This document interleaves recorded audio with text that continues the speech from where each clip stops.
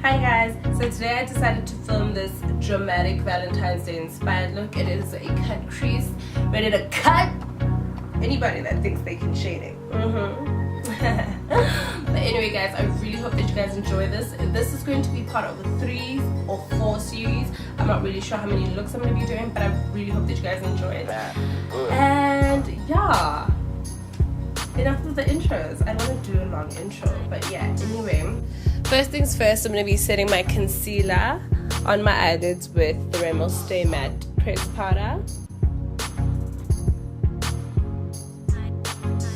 And then this is the Beauty Treats Beverly Hills palette, and I'm taking that light brown shade as a transition shade. It is close to my skin color, so it won't show up as much, but it is a transition shade, so yeah. And I'm going to be going in with another transition shade. It's more of a taupey brown. So yeah, these two shades mixed together make the perfect transition shade for me personally. And the brush that I'm using is the color blending brush. I also bought that from Dischem, if you are wondering.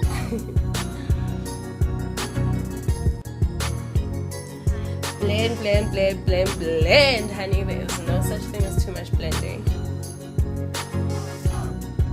Guys, by the way, I do apologize for the erratic light. I'm using natural light and the weather in Joburg is so erratic. Guys, PMS, I promise you, PMS. Mother Nature is on it. Picking up my LA Gold blush collection, taking the bronzer, which I've hit pan on and I love it, building it into my crease as another transition shade. I know.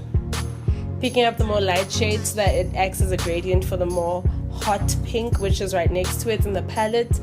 So yeah, let's just blend the light shade into our crease before the hot pink.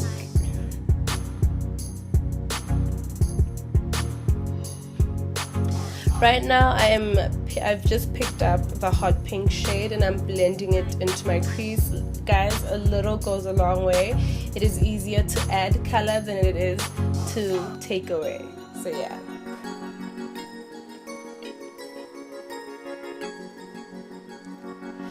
Picking up my bronzer, and I'm taking the chocolate brown shade and I'm building it into my crease. Since I do have hooded eyes, I prefer to just create my own crease. Why not?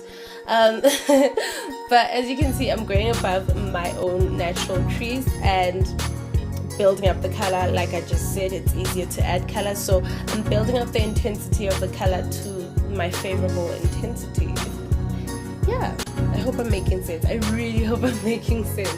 But yeah, I'm picking up the color little by little, blending it into my crease, and just going with it, building it up to my favorite intensity, basically.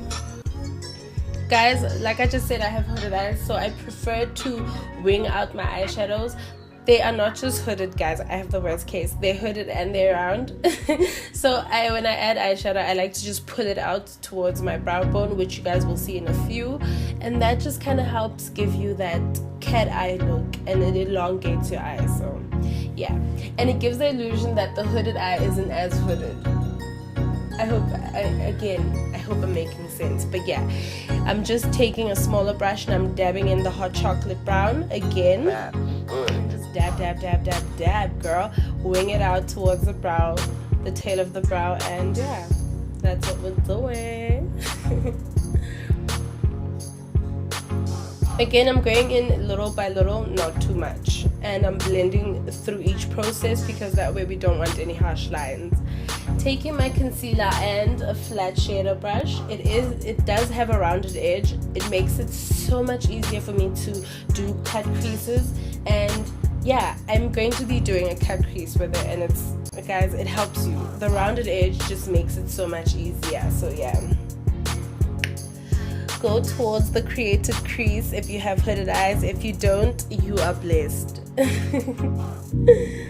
But yeah, creating that cut crease, cut it to your favorite desire. Again, with the concealer, you don't want to go in with too much. A little does go a long way. And there we go, Mother Nature just started PMSing. Did y'all see that? Like, the light just went totally lights out. Picking up the highlighter shade from the blush palette, and I'm just packing that on. If you are wondering, I use that for my highlight on my face as well. So yeah, I'm going to be going in with a lip brush because it's smaller and it'll just make packing it on easier. Plus it's a cut crease. You want to be able to get into the crevices of the cut crease. So yeah, that's why I'm using the smaller brush, and it'll pick up more color. Guys, a little tip: when you're done with your whole eye, and by done with your whole eye, I mean you've cut your crease, you've done everything, whatever eye you're doing, I prefer to just kind of be done with it and then go back with the last shade that I used and build it up the way I feel like it should be, just to complete the look, to tie everything all together. Yeah, I hope I'm making sense.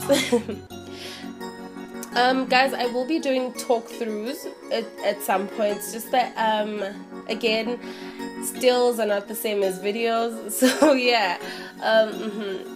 So yeah, it's not the same as stills. I will be doing talk throughs at some point. It's just that right now I think I'm just kind of allowing myself to get into the flow of talking on video, so bear with me.